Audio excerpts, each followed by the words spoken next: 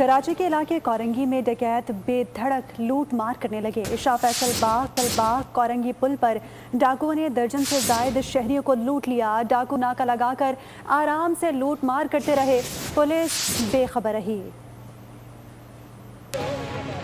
पूरे पुल को जो है वो लूट रहे हैं, कलाशन के साथ है 10-12 बंदे। कराची में डाकू राज कायम। डिस्ट्रिक्ट कोरंगी डाकुओं की आमाजगाह बन गया। गुजरी रात नाका लगाकर डाकुओं ने दर्जनों शहरियों को लूट लिया। कराची पुलिस शहरियों के जानो माल का तहफ़्फ़ुज़ करने में नाकाम हो गई। पुलिस की मिली भगत का इंकशाफ। शहरी कहते हैं पुलिस की मौजूदगी में डकैती की गई। डाकुओं ने शहरियों को तशद्दुद का निशाना भी बनाया। शादी की तकरीब से घर जाने वाली खवातीन को भी लूटा गया। मुतासरा शहरी सरापा एहतजाज है। पुल के ऊपर डकैतियां हो रही है। इस भाई के साथ इतना बड़ा हादसा हुआ है। भाई के पूरे कपड़े फाड़ दिए।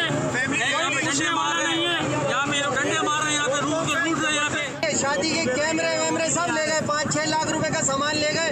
आज फिर ये कहानी हुई है।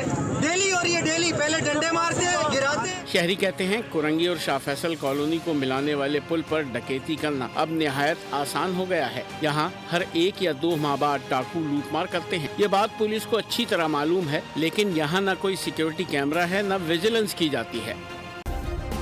सब्सक्राइब करें और बेल दबाएं ताकि कोई खबर रह न जाए।